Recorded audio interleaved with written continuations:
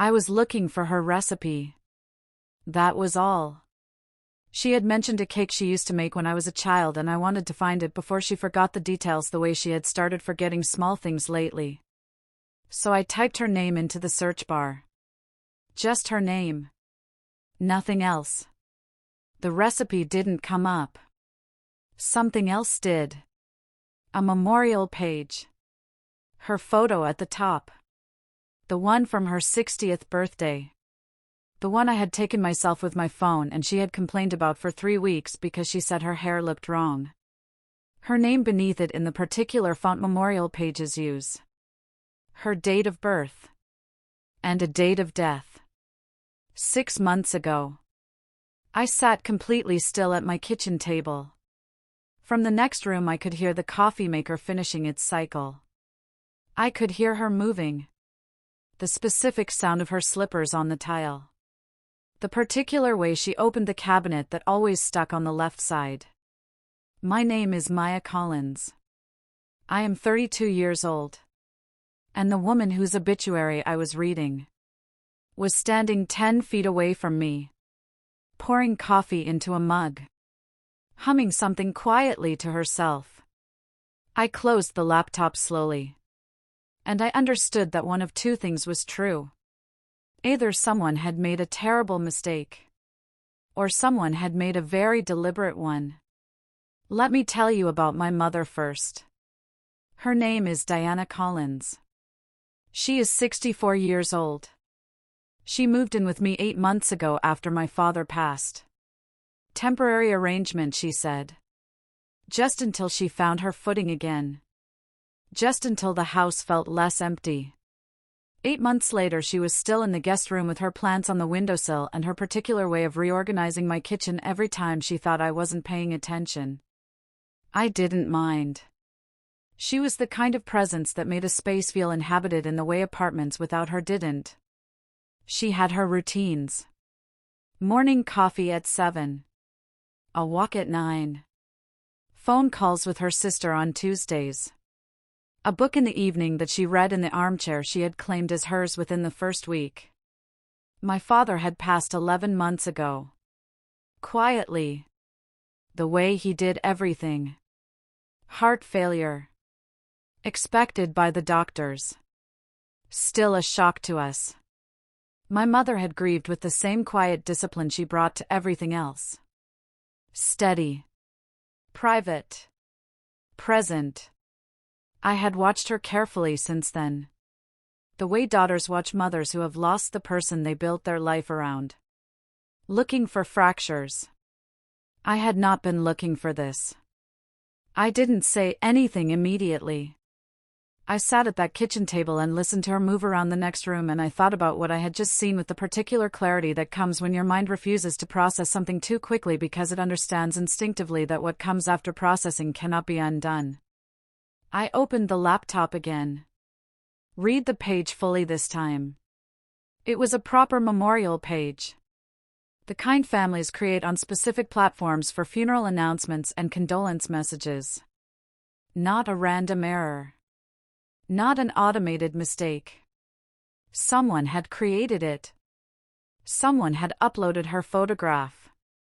Someone had written a brief paragraph about her life. Accurate details. Her hometown. Her years of teaching. My father's name listed as her late husband. One surviving daughter. Me. My name was on her obituary. I scrolled down to the condolence section.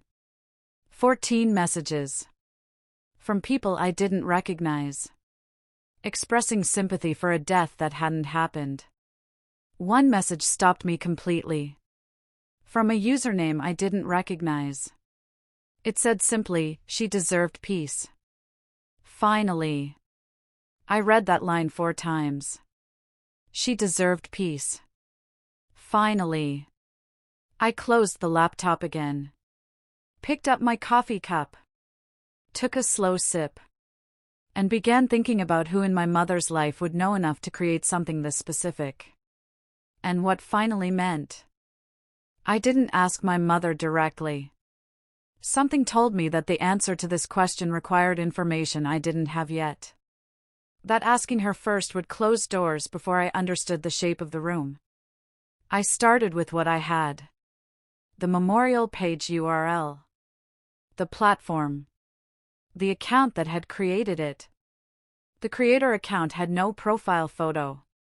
Username was a random string of letters and numbers. Created 6 months and 4 days ago. One activity, the memorial page. Nothing else. I contacted the platform through their support system. Explained that the deceased person named was alive and well. Asked for information about who had created the page. They responded in 48 hours. Privacy policy prevented them from sharing account details. But they confirmed the page had been created from a verified email address. Not a temporary one. A real registered email. They took the page down. But not before I had photographed everything on it, including the 14 condolence messages. I spent the following 3 evenings researching every username that had commented. 12 were clearly genuine people who had stumbled across the page and left automatic sympathy responses. 1 was traceable to a woman in Ohio I had never heard of. 1 was the message that said she deserved peace. Finally, that account had 2 other activities on the platform. Both condolence messages on other memorial pages. Both for people with the same last name. Collins. Not my mother's maiden name. My father's name. I sat back slowly. This wasn't about my mother. This had started with my father. I went through my father's papers that weekend. My mother was at her sister's for 2 days. I told her I was doing general organizing. She told me not to throw anything away and left me a list of things to look for. I wasn't looking for any of those things. I was looking for the name Collins connected to Ohio, connected to condolence messages on memorial pages. I found it in the 3rd box. Letters. Old ones. Bundled with a rubber band that had dried and cracked from age. Addressed to my father. From a woman named Ruth Collins. Same last name. Different branch of the family tree. I read them carefully. They went back 28 years. They were not love letters.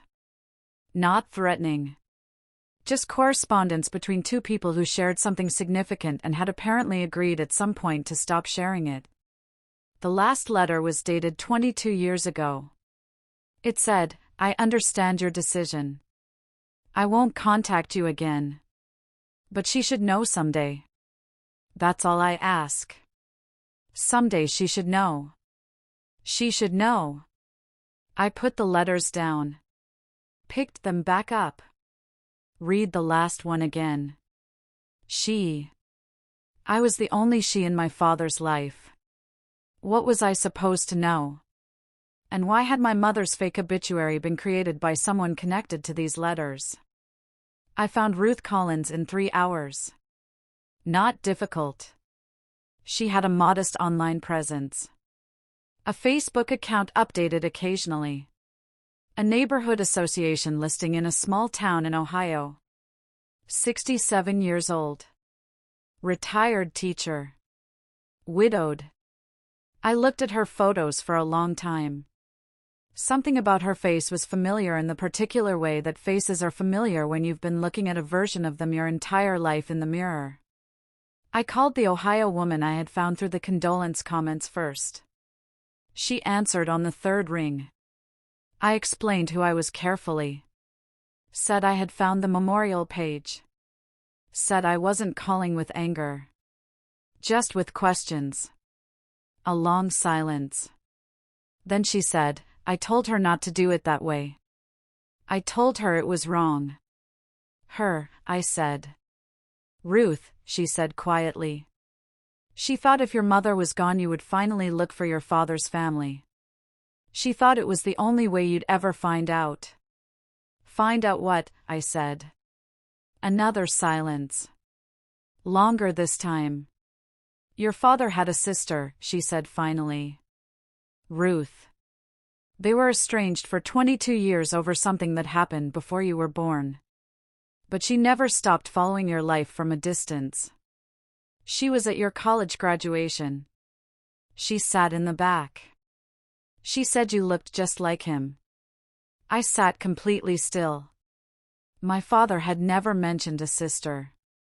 Not once in 32 years. I called Ruth Collins that evening. She answered immediately. Like she had been waiting. She didn't apologize for the obituary right away. She asked if I was sitting down first. I told her I was. Then she told me everything. She and my father had been close until my mother. Not because of anything my mother had done directly. Because of what she had found out about my mother. Something she had tried to tell my father before the wedding. Something he had refused to hear. And chosen my mother over his sister. For 22 years. What did you find out? I asked. She was quiet for a moment. Your mother was married before, she said. Before your father. A marriage nobody in your family knew about. It ended badly.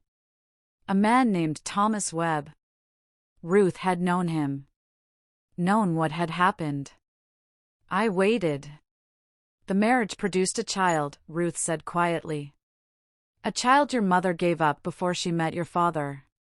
Before she became the woman your father fell in love with. I sat with that for a long time. A child. My mother had a child before me. Which meant somewhere. I had a sibling. I sat across from my mother the next morning. I had the letters in front of me. The printed screenshots of the memorial page. Ruth's phone number written on a piece of paper. My mother looked at the table between us for a long time. Then she did something I hadn't expected. She nodded. Just once. Slowly. Like a person who has been carrying something for a very long time and has just been given permission to finally put it down. She told me everything. The marriage at 22. Thomas Webb. A relationship that became dangerous in ways she hadn't understood until she was already inside it. A pregnancy she hadn't planned. A decision she had made alone at 23 that she had spent every year since carrying. A daughter. Given to a family in Ohio. I looked up slowly. Ohio, I said. My mother's eyes filled. Her name is Claire, she said quietly. She's 40 years old. She found me 3 years ago. We have been, she stopped. We have been learning each other slowly. I didn't know how to tell you. I didn't know what it would mean for us. I looked at the piece of paper with Ruth's phone number. Ruth Collins, I said. My mother shook her head. Ruth raised her, she said. After the adoption. Ruth is the one who told Claire about me. Ruth is the one who helped her find me. The woman who created the fake obituary. Had raised my sister. And had done it, wrongly, desperately, without thinking it through, because she wanted me to find what my father had kept hidden. What my mother had kept hidden. What everyone had kept hidden. Except a 67-year-old woman in Ohio who had sat in the back of my college graduation and watched me look just like my father. And decided that someday had gone on long enough. I met Claire 6 weeks later. A coffee shop halfway between our cities. Her choice of location. My choice of table. Both of us arriving 8 minutes early and sitting in our cars until exactly the right moment. She looked like my mother around the eyes. She looked like someone I recognized in a way I couldn't fully explain and didn't need to. We talked for 4 hours. About the things you talk about when you are meeting a person who shares your blood and your history and none of your memories. About our father who she never knew and I miss every day. About our mother who she is still learning and I thought I knew completely. About Ruth who did something wrong for a reason that came from somewhere real. I didn't forgive the obituary immediately. Some things take longer than a coffee shop afternoon. But I understood it. There is a particular desperation that comes from watching a secret outlive the people who were supposed to tell it. Ruth had watched my father die without ever telling me. She had watched my mother settle quietly into my guest room. And she had decided that if the truth wasn't going to arrive through the front door, she would send it through whatever door was open. Even a wrong one. My mother still lives with me. Claire came for dinner last month. The three of us sat at my kitchen table and I watched my mother look at her two daughters and I saw something in her face that I had never seen there before. Not relief exactly. Something that looked like a woman who had been holding her breath for 40 years. Finally exhaling. I still think about that morning sometimes.